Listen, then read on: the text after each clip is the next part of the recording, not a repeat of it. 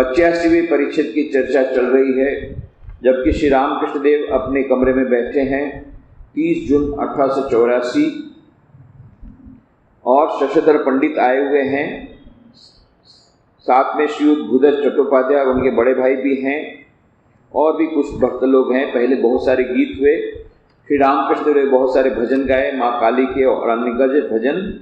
उसके बाद में ज्ञानी और विज्ञानी के बारे में सब बातें हुई। अब श्री रामकृष्ण देव ने, पिछले समय हमने देखा था श्री रामकृष्ण देव के साथ जो बातचीत हुई शशधर पंडित की, जहाँ पर कि श्री रामकृष्ण देव ने ज्ञान और विज्ञान का भेद बताया कि वे ही सब कुछ हुए हैं, इसीलिए विज्ञानी इस संसार को आनंद की कुटिया दिखता है। ज्ञानी के लिए यह संसार धोखे की टट्टी है। रामप्रसाद ने धोखे की टट्टी कहा है, इसलिए किसी ने उत्तर दिया, यह संसार आनंद की कुटिया है, मैं दही खाता हूँ और मजा लुटता हूँ। जनक राजा महातेजा ताक्षिलो किसे त्रुटि एदी कोई दिख रेखे खेचलो दूधेर बाटी। राजा जनक ये कितने तेजी से दोनों वे संभाल कर चलते थे, तभी तो दूध का कटोरा साफ कर देते थे।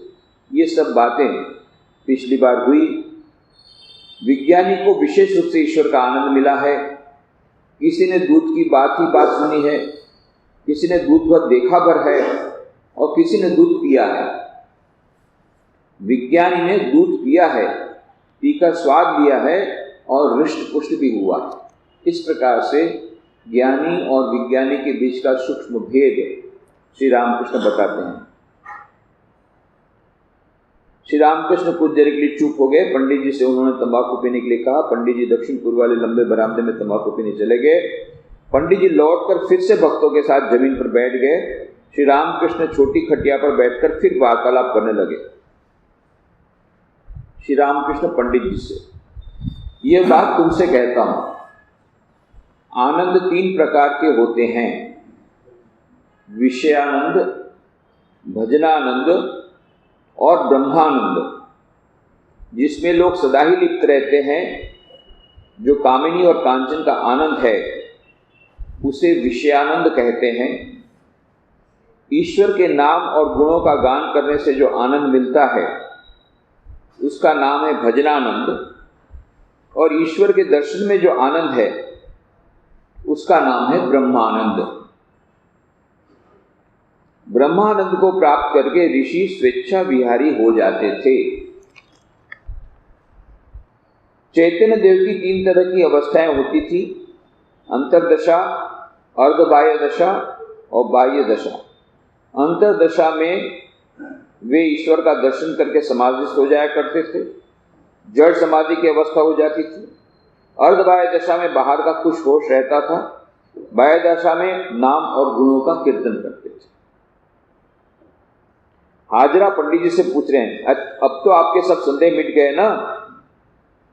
श्री रामकृष्ण पंडित जी से कहते हैं फिर से, समाधि किसे कहते हैं? जहां मन का लय हो जाता है। ज्ञानी को जड़ समाधि होती है, फिर अहम नहीं रह जाता। भक्ति योग की समाधि को चेतन समाधि कहते हैं। इसमें सेव्य सेवक का मैं रहता है, रस रसिक का मैं, स्वाद के विषय और स्वाद लेने वाले का मैं। ईश्वर सेव्य है और भक्त सेवक, ईश्वर रस स्वरूप है और भक्त रसिक। ईश्वर स्वाद के विषय हैं और भक्त स्वाद लेने वाले। वह चीनी नहीं बन जाता, चीनी खाना पसंद करता है। पंडित जी, वे अगर संपूर्ण मैं का लय कर दें तो क्या हो? अगर चीनी बना ले तो? श्री रामकृष्ण साहस्य, तुम अपने मन की बात खोलकर कहो। माँ कौशल्य एक बार खोलकर कहो, सब हंसते हैं। तो क्या नारद, सनक, सनातन, सनत कुमार शास्त्रों में नहीं है? पंडित जी, जी हाँ, शास्त्रों में है। श्री रामकृष्ण, उन लोगों ने ज्ञानी होकर भक्त का मैं रख छोड़ा था। तुमने भागवत नहीं पढ़ा? पंडित जी, कुछ पढ़ा है, सब नहीं। श्री रामकृष्ण, प्रार्थना करो, वे दयामय हैं, क्या वे भक्त की बात न सुनेंगे? वे कल्पतरु हैं, उनके पास पहुंचकर जो जो प्रार्थना करेगा वो वही पाएगा। तो यहाँ पर श्री रामकृष्ण देव का ये कहना है कि ज्ञानी के अनुसार समाधि होने के बाद फिर उसी प्रकार की चेतना बची नहीं रहती, वह मानो संपूर्ण उसका लय हो जाता है। यह ज्ञानी की बात है। और श्री रामकृष्ण कहते हैं उससे भी ऊपर एक बात है, जहाँ पर उस अवस्था में पहुँचने के बाद भी मानो सीढ़ी से नीचे उतर करके सनक सनक सनातन ये सब ऋषि मुनि ये लोग पहुँच गए थे समाधि में, फिर भी जगत कल्याण के लिए वे उस समाधि से नीचे उतरकर नीचे की स्थिति में आकर के उपदेश देते हैं। वे अपनी बात नहीं कह रहे हैं, पर सचमुच में श्री रामकृष्ण भी वही विज्ञानी हैं। मुहुर्मुहु समाधि अवस्था में जाते हैं, इतना मन उनका उच्च कोटि में है कि उनको जगदम्बा से प्रार्थना करती, माँ मन को थोड़ा नीचा ला। हम लोग को प्रार्थना करती मन को ऊंचा ले जा, माँ श्री रामकृष्ण को उल्टी प्रार्थना करती, माँ थोड़ा मन को नीचा ला, नहीं तो सब लोगों से मैं बात कैसे करूंगा। ऐसी अद्भुत वह अवस्था श्री रामकृष्ण देव की, अत्यंत उच्च अवस्था। तो खुद का नाम न लेते हुए कहते कुछ लोग ऐसे हैं जिनका शरीर समाधि के बाद भी रहता है, लोक कल्याण के लिए वे शरीर को रख देते हैं। यह एक बात हुई। दूसरी बात है, जो भक्त लोग हैं वे ये कहते हैं हम तो शक्कर का स्वाद लेना चाहते हैं, शक्कर बनना नहीं चाहते, सच्चिदानंद रूपी सागर में डूब नहीं जाना चाहते, उसका जल पान करना चाहते हैं, आनंद का अमृत का पान करना चाहते हैं अवश्य, पर उसमें हम अपने आप को विसर्जित करना नहीं चाहते।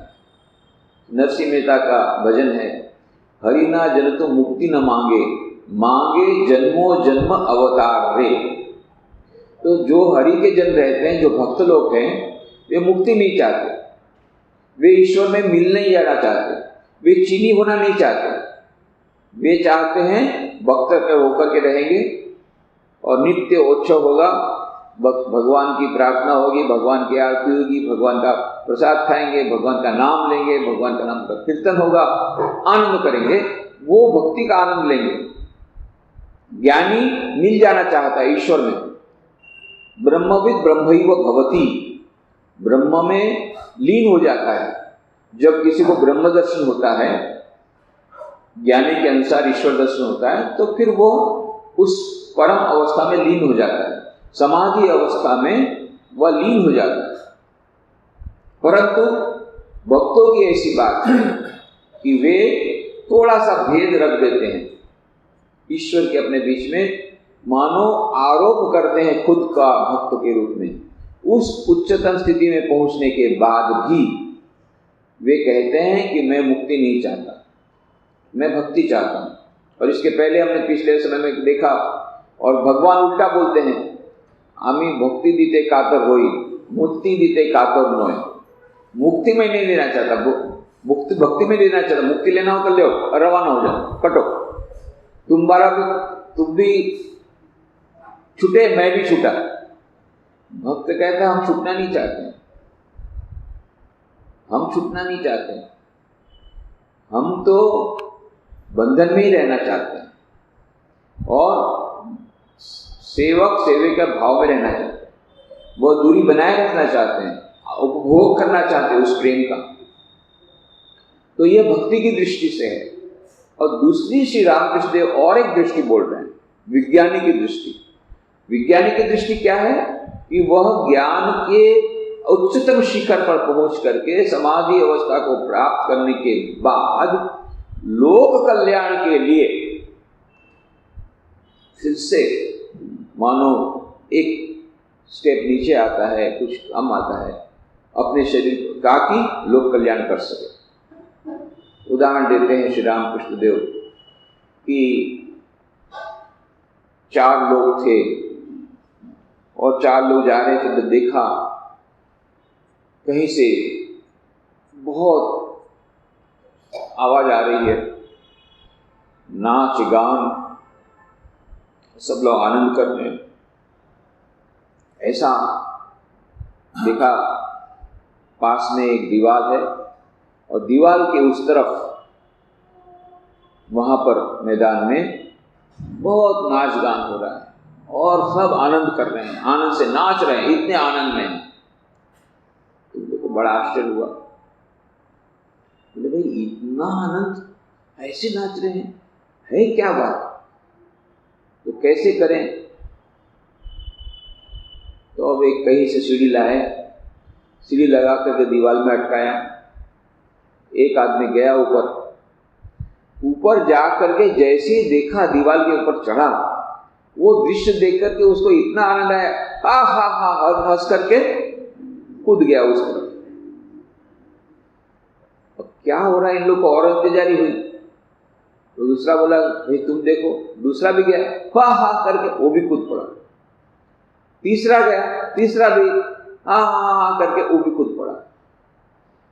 चौथा गया, उसको भी इतना आनंद आया कि बस मैं कूद पड़ूं, हा हा हा करे। फिर उसको याद आया नीचे कोई नहीं और इतने सारे लोग वहां उस तरफ हैं, उन लोग इस ज्ञान से वंचित हो जाएंगे कि यहाँ इतना आनंद है। कौन उनको खबर देगा कि यहाँ इतना आनंद का बाजार है। उसने अपने मन को रोक लिया। वो आनंद, इतना अच्छा आनंद था उस तरफ, उसको नहीं लिया, उसने त्याग कर दिया। उस आनंद का भी त्याग कर दिया, ब्रह्मानंद का भी त्याग कर दिया। वापस सीढ़ी से नीचे उतरा, ऊपर गया था समाधि अवस्था से नीचे उतरा। क्यों? लोक कल्याण के लिए, लोगों को बताने, आओ भाई आओ, उस तरफ है एकदम परम आनंद की बाजार है, आओ आओ, ये बताने के लिए। तो नारद, सनक, सनातन, सनंद, सनत कुमार, ये जितने हैं ऋषि, ये उसी प्रकार के हैं जो उच्चतम अवस्था पर पहुंचे और फिर भी निम्न, थोड़े से निम्न आकर के लोक कल्याण के लिए उन्होंने अपने शरीर को रखा और यह ज्ञान दिया। और श्री रामकृष्ण देव भी उसी प्रकार, उनको तो समाधि अवस्था प्राप्त हो ही गई थी, 6 महीने निकल समाधि में थे, लेकिन फिर भी वो नीचे उतरे, उस अवस्था से नीचे उतरे। जगदम्बा से प्रार्थना करते, माँ एकदम से बेहोश मत बनाना,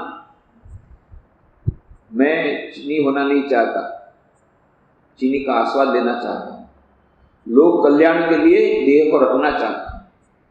तो श्री रामकृष्ण भी मानो उस विज्ञानी के रूप में है। फिर श्री रामकृष्ण पंडित जी को बोलते हैं, प्रार्थना करो, वे दयामय हैं, क्या वे भक्त की बात न सुनेंगे? वे कल्पतरु हैं, उनके पास पहुंचकर जो जो प्रार्थना करेगा वो वही पाएगा। तो कल्पतरु की कहानी तो सब लोग को मालूम ही है, कई बार हमने यहाँ से कही है। कल्पतरु के दिन तो इस कहानी को बोलते हैं और भी कई बार कही गई है। श्री रामकृष्ण देव की कहानी, एक आदमी जा रहा था जंगल में से, चलते चलते बहुत थक गया, कड़ी धूप थी, इतना थक गया अभी आगे नहीं जा पा रहा है। एक पेड़ के नीचे विश्राम के लिए बैठा। उसको ये पता नहीं था कि वो कल्पतरु। कल्पतरु किसको बोलते हैं? कल्प, जहाँ जिस पेड़ के नीचे बैठने से जो आप कल्पना करेंगे वो मिल जाएगा, उसी का नाम कल्पतरु। वो कल्पतरु वृक्ष ऐसी वह आख्यायिका है कि जो समुद्र मंथन हुआ उसमें जितनी चीजें निकली उसमें से कल्पतरु भी था। कल्पतरु यह देवताओं का, यह स्वर्ग का एक वृक्ष है। वह वृक्ष ऐसा है कि जो उस वृक्ष के नीचे बैठ करके जो कल्पना करो वो तुरंत सार्थक हो जाती, तुरंत साकार हो जाती। अब इसको तो पता नहीं था कि वो कल्पतरु के नीचे बैठा है। बैठा और फिर उसने सोचा कि इतना थक गया हूँ, बहुत ही कांटे आते हैं, कोई एक आध यहाँ बिछाना रहता तो कैसा रहता। तुरंत देखा एक बहुत बढ़िया बिछाना वहाँ आ गया, मजा आ गया, बिछाने में सोया। सोने के बाद बोला अरे भूख लगी है, कुछ खाना मिल जाता तो कितना अच्छा होता। देखा भांति भांति के पकवान हाजिर हो गए, खाना खा लिया। उसके बाद में सोया। सोया के बाद देखा कि थक गया था तो पैर दुख रहे हैं। अरे कोई पैर दबाने वाली स्त्री मिल जाती तो क्या अच्छा होता। देखा कि एक स्त्री सुंदर स्त्री आके पैर दबाने लगी, बड़ा आनंद आया और वो सो गया। तो उठा तो शाम हो गई थी। शाम उठे, देखा, अरे चारों ओर देखा, इतना घना जंगल, बाबा रे बाबा, इतना घना जंगल, इसमें शेर तो नहीं होगा ना? जहां वो देखा सामने शेर दिखा है, यदि शेर खा जाएगा तो तुरंत शेर ने खा लिया। जैसा सोचो ऐसा हो जाता है। नेगेटिव थिंकिंग करो, नेगेटिव होगा। पॉजिटिव थिंकिंग करो, पॉजिटिव होगा। ये कल्प वृक्ष के नीचे हम लोग सब बैठे हुए हैं, हम लोग सभी कल्प वृक्ष के नीचे हैं। ईश्वर की कृपा हम सब पर बनी हुई है। हम जो सोचते हैं भगवान हमको वही दे देते हैं। ये मुश्किल है, भगवान हमारी सब इच्छा पूर्ण कर देते हैं तुरंत। यही प्रॉब्लम है। हमको मन में इच्छा हुई एक मर्सिडीज कार मिल जाए, तुरंत मर्सिडीज कार आएगी। अब वो लिखा हुआ है कि वो मर्सिडीज कार लिबड़ी के हाईवे में उसका एक्सीडेंट होगा, वो तो हमको मालूम नहीं है। फिर बाद में बोलते हैं भगवान कैसे हैं, हमारा एक्सीडेंट करा है। अरे तुमने जब मंगा था मर्सिडीज कार तो क्यों मंगा? उस समय बोलना चाहिए तो हमको ऐसी कार दो जिसका एक्सीडेंट नहीं होगा। और वो तो उस समय हम उतने चालाक नहीं है मंगने में। मंगने में हम लोग बुद्धिमान नहीं है। प्रार्थना करना में नहीं आता, प्रार्थना करना नहीं आती, इसी में तो सब समस्या है।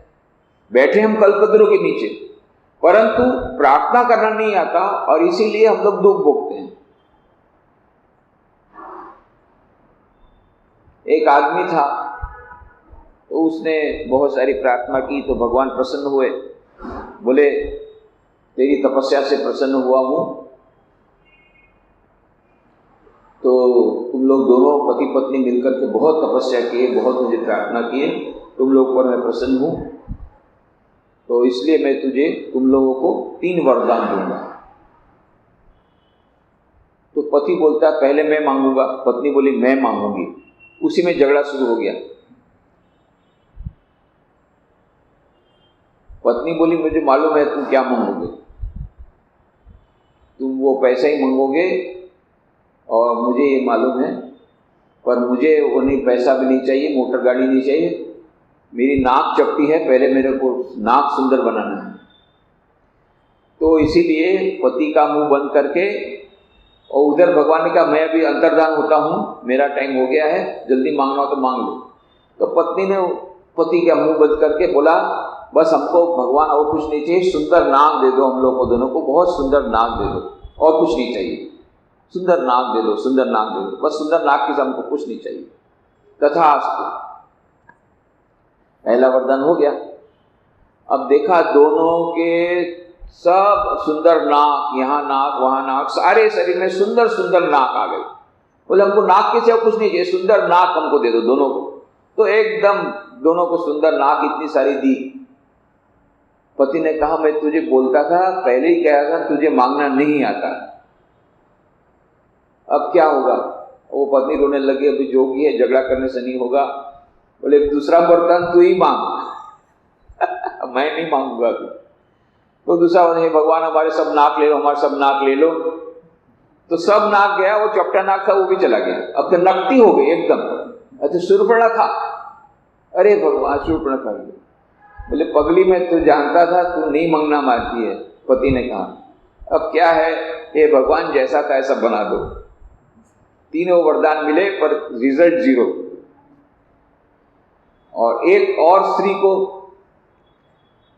उस पर भगवान प्रसन्न हुए, केवल एक वरदान मिलेगा। बोले ठीक एक ही वरदान, हमको तो बहुत सारी चीज चाहिए। नहीं नहीं एक ही वरदान मिलेगा, जो मांगना है मांग ले। ठीक है जब एक ही वरदान दोगे तो ऐसा करो, मैं अपने पौत्र के साथ सोने की थाली में अपने मकान के 7वें मंजिले पर साथ में बैठ के खाऊं।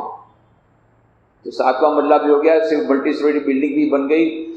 पुत्र को जन्म नहीं, पौत्र नहीं मिल रहा था, उसको पौत्र भी हो गया, और सोने की थाली आई तो पैसा भी आया, पौत्र भी मिला। एक ही वरदान में सब मांग लिया। तो हम लोग को मांगना नहीं आता। 3 वरदान मिलने के बाद भी हम लोग वैसे के वैसे बैक टू स्क्वायर 1, 0 रिजल्ट। तो श्री रामकृष्ण कहते हैं प्रार्थना करो, वे दया में हैं, क्या वे भक्ति की बात न सुनेंगे? वे कल्पतरु हैं, उनके पास पहुंचकर जो जो प्रार्थना करेगा वह वही पाएगा। पंडित जी, मैंने यह सब इतना नहीं सोचा, अब सब समझ रहा हूं।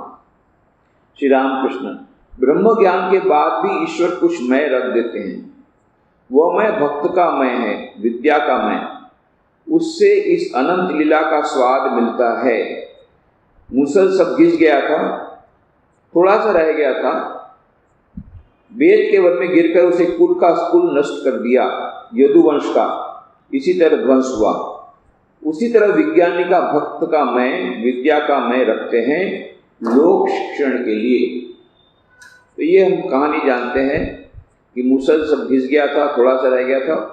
वेद के वन में गिरकर उसने कुल का कुल नष्ट कर दिया, यदुवंश का इसी तरह ध्वंस हुआ था, छोटा सा कुल। उसी प्रकार का श्राप मिला था ब्राह्मण से, उसी प्रकार से ध्वंस हुआ।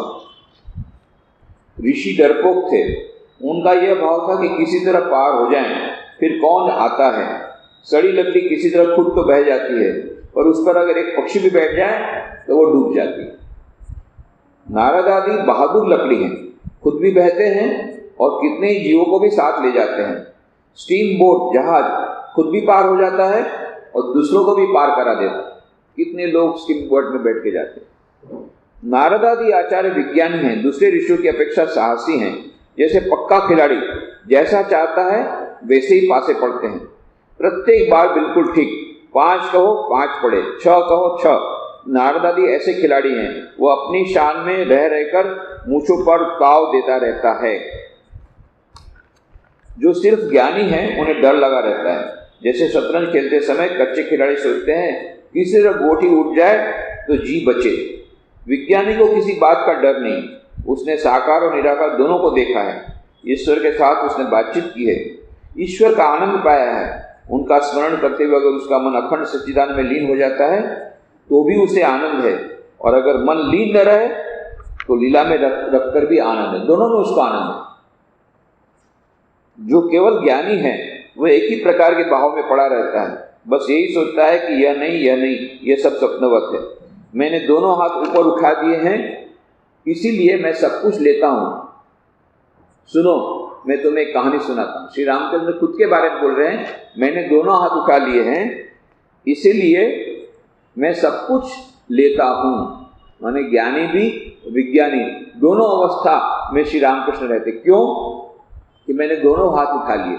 ये दोनों हाथ उठा लिए, बहुत सुंदर कहानी वो बता रहे हैं अभी। एक स्त्री अपनी पहचान वाली स्त्री से मिलने गई जो जुलाहिन थी। वो जुलाहिन उस समय सूत काट रही थी, इतने ही तरह के रेशम के सूत। अपनी साथिन को देखकर उसे बड़ी खुशी हुई। उसने कहा, आओ, तुम्हारा स्वागत है, मुझे बड़ा आनंद हुआ है, तुम जरा बैठो, मैं जाकर तुम्हारे लिए कुछ मिठाई ले आऊं। यह कहकर वो बाहर चली गई। इधर तरह तरह के रंगीन रेशम के सूत देखकर उस स्त्री को लालच हो आया। उसने झट कुछ सूत बगल में छिपा लिया। कुछ समय बाद जुलाहिन मिठाई लेकर वापस आई और बड़े उत्साह से उस स्त्री को खिलाने लगी। परंतु थोड़ी देर बाद जब उसकी नजर अपने सूत पर पड़ी तो समझ गई कि स्त्री ने मेरा कुछ सूत दबा लिया है। निदान उसने सूत वसूल करने का एक उपाय सोच निकाला। उसने कहा, सखी, आज तो बहुत दिनों बाद तुमसे मुलाकात हुई है, आज बड़े आनंद का दिन है, मेरी बड़ी इच्छा है, आओ हम दोनों आज नाचें। दूसरी स्त्री ने कहा, आनंद की बात तो कुछ न पूछो, तुम्हारी इच्छा है तो ठीक ही है। खैर, दोनों स्त्रियां नाचने लगी, पर जुलाई ने देखा कि वह स्त्री दोनों हाथ ऊपर उठाकर नहीं नाच रही है। तब उसने कहा, आओ हम लोग दोनों हाथ उठाकर नाचे, आज तो बड़े आनंद का दिन है। परंतु दूसरी स्त्री ने एक हाथ जो का त्यों दबाए रखा, केवल एक हाथ उठाकर नाची। तब जुलाई ने कहा, अरे यह क्या, आओ, मैं दोनों हाथ उठाए हूं। पर दूसरी स्त्री एक बगल दबाकर ही नाचती देखा, भाई जिसे जैसा आता है।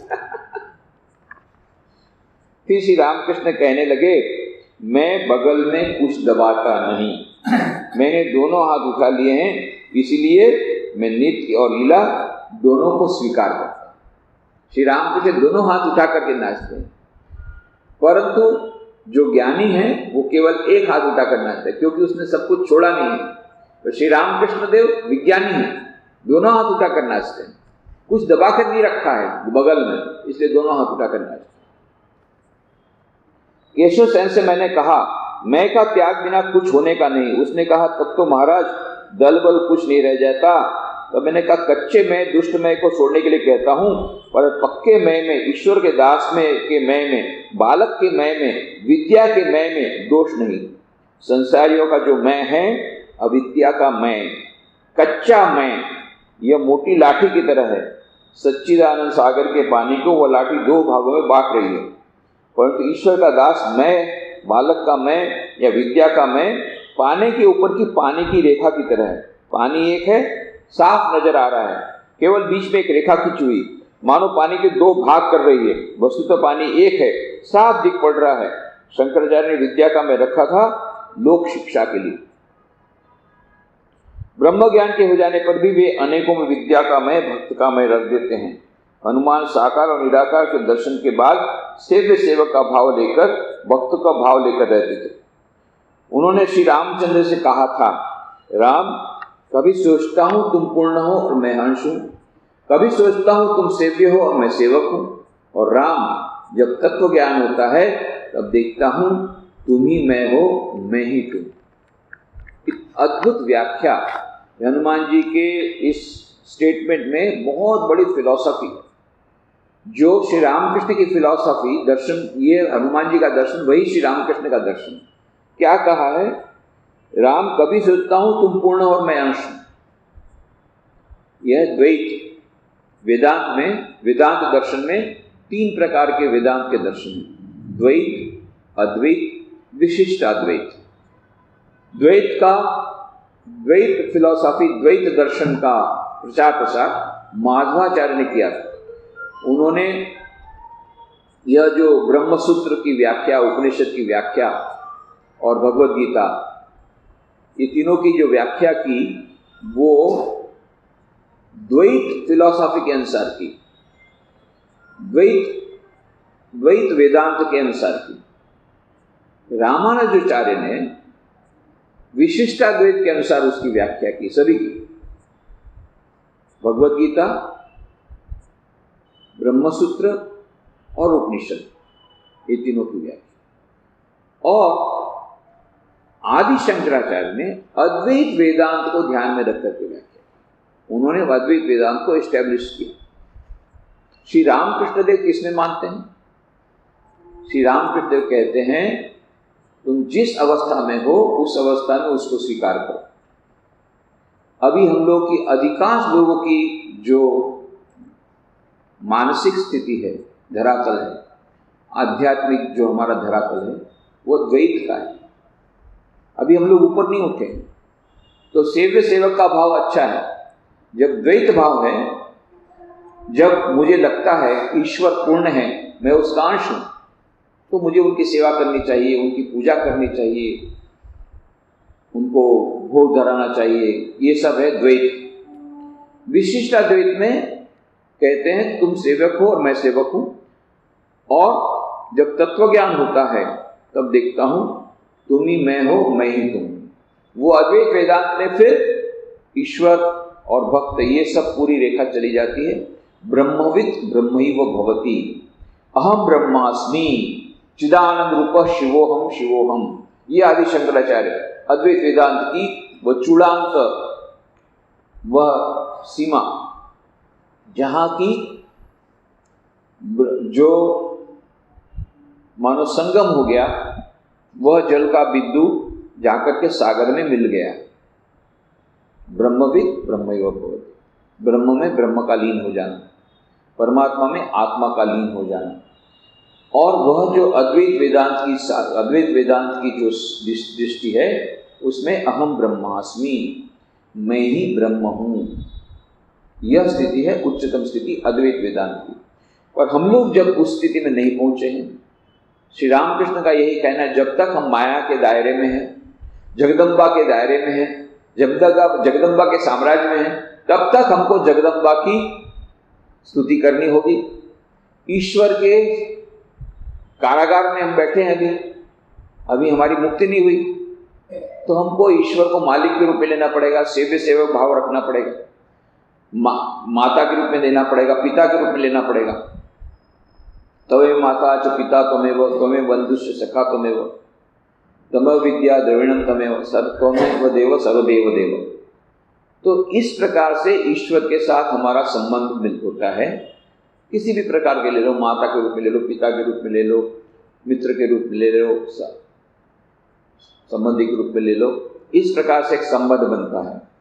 जब ईश्वर अलग है, मैं अलग हूं, सेव्य सेवक, यह है द्वैत। फिर विशिष्टाद्वैत में मैं और ईश्वर में किस प्रकार का है, एक अग्नि और उसका स्फुलिंग, दोनों एक ही है।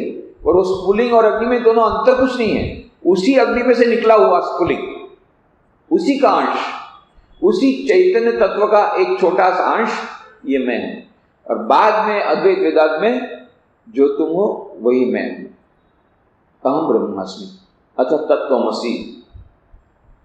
तो इस प्रकार से ये तीनों फिलॉसफी का, तीनों दर्शन का सामंजस्य श्री रामकृष्ण देव ने किया। उन्होंने कहा तुमको जो अच्छा लगता है तुम ले लो, तुम अभी जिस परिस्थिति में हो स्वीकार करो, उसी परिस्थिति को स्वीकार कर लो और धीरे धीरे आगे बढ़ो। फिर अपने आप अद्वैत वेदांत की साधना हो जाएगी। अपने आप द्वैत से शुरू करो, विशिष्ट अद्वैत आएगा, अद्वैत आएगा, तुमको कुछ करना नहीं है। तो जिस स्थिति में हो वहां से आगे बढ़ो। यह श्री रामकृष्ण का पॉजिटिव फिलॉसफी, ये पॉजिटिव एटीट्यूड है। जहां है वहां से शुरू करें, जिस जगह है वहां से आगे बढ़ो। सभी लोग अद्वैत के लिए भी तैयार नहीं है, सभी लोग अभी निर्गुण निराकार की उपासना के लिए तैयार नहीं है, तो उसको स्वीकार कर लो, कोई बात नहीं, धीरे धीरे उस स्थिति आएगी। पर अभी से अपने आप पर वो मत थोपो।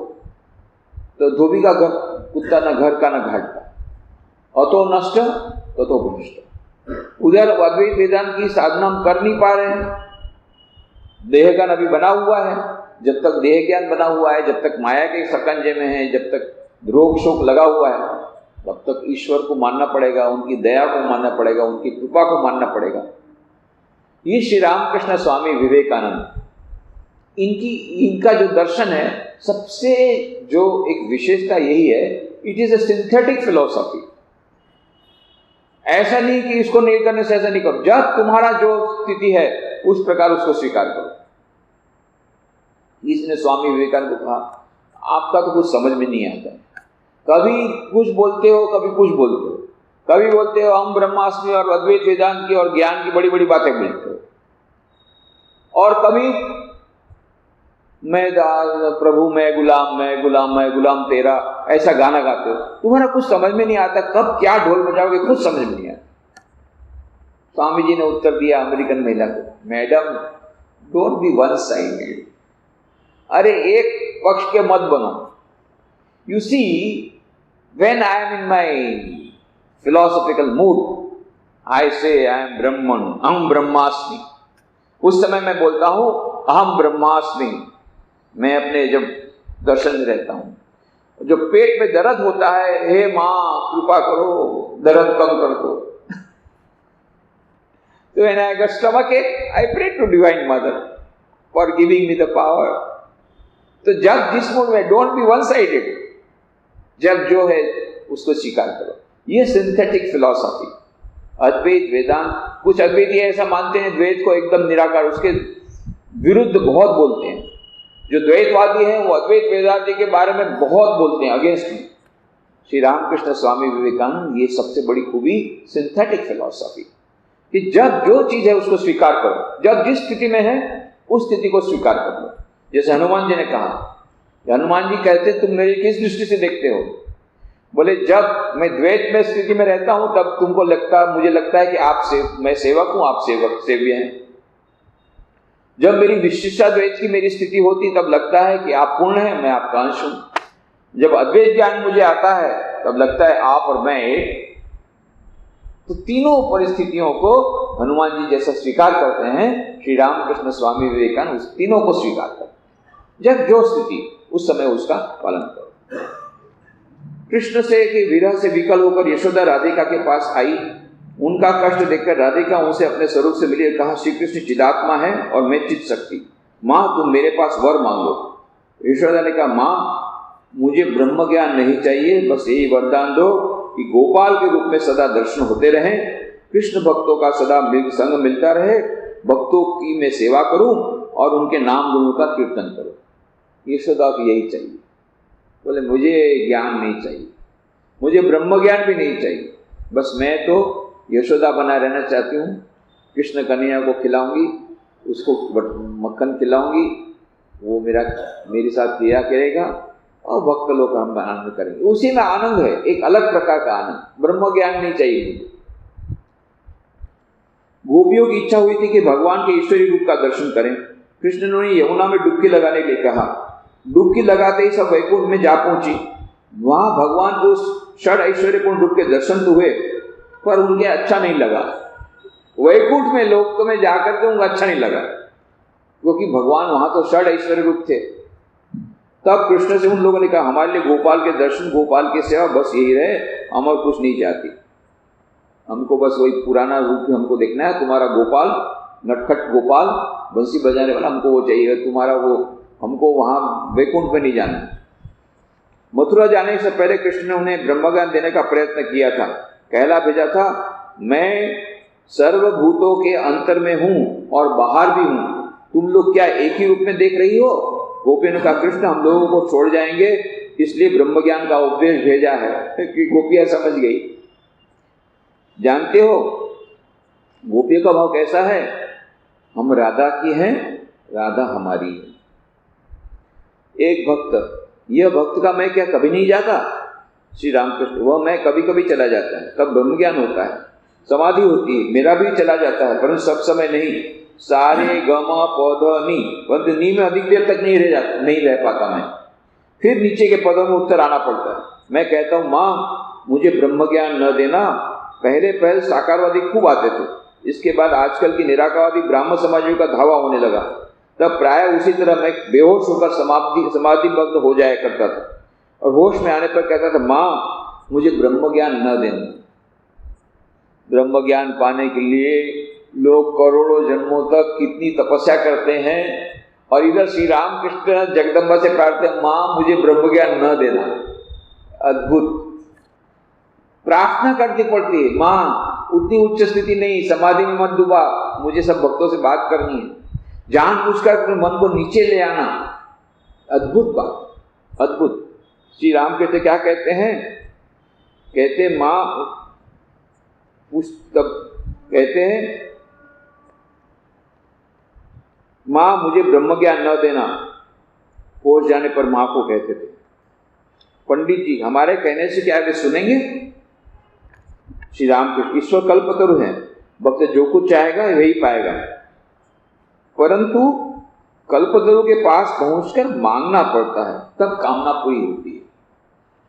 परंतु एक बात है, वे भावग्राही हैं, जो कुछ सोचता है साधना करके वह वैसा ही पाता है, जैसा भाव होता है वैसा ही लाभ भी होता है। कोई बाजीगर राजा के सामने तमाशा दिखा रहा था, कहता था महाराज रुपया दीजो, कपड़े दीजो, यही सब। इसलिए मैं उसकी जीभ ऊपर तालू में चढ़ गई, साथ ही कुंभक हो गया, बस जबान बंद हो गई, शरीर बिल्कुल स्थिर हो गया। तब लोगों ने ईंट की कब्र बनाकर उसी में उसे गाड़ रखा। किसी ने 1000 साल बाद उस कब्र को खोदा, तब लोगों ने देखा एक आदमी समाधि भंग बैठा हुआ था। उसे साधु समझकर वे लोग उसकी पूजा करने लगे। इतने में ही हिलाने डुलाने के कारण उसकी जीभ तालू से हट गई।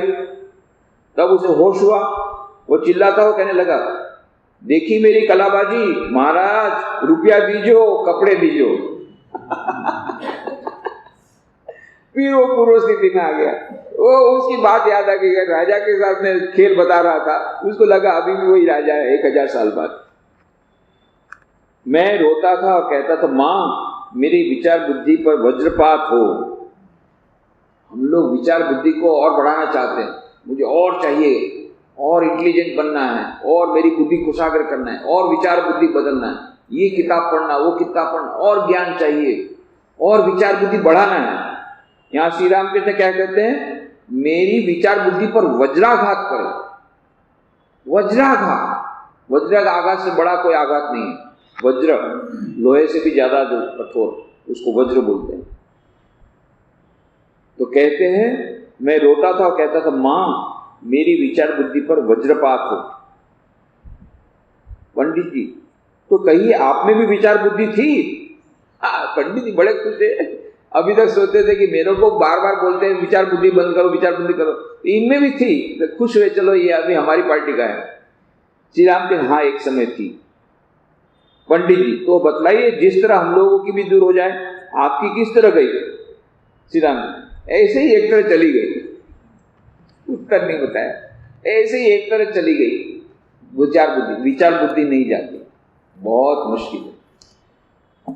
वो श्री रामकृष्ण ने जो कहा एक तरह उसे गई, वो माँ की कृपा से गई। उन्होंने जगदम्बा से बार बार प्रार्थना की थी, माँ मेरी विचार बुद्धि पर वज्रपात हो। तो फिर माँ ने वो विचार बुद्धि हटा दी और इसलिए उनको भक्ति मिली, और उस भक्ति के जोर पर वे लोग कल्याण करते रहे, और इसके कारण हमको ये वचनामृत मिला।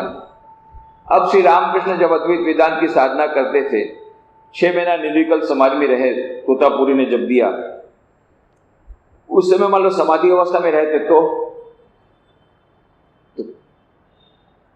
1860 की बात, 1860-65 की बात, और ये 1885 की बात चल रही है।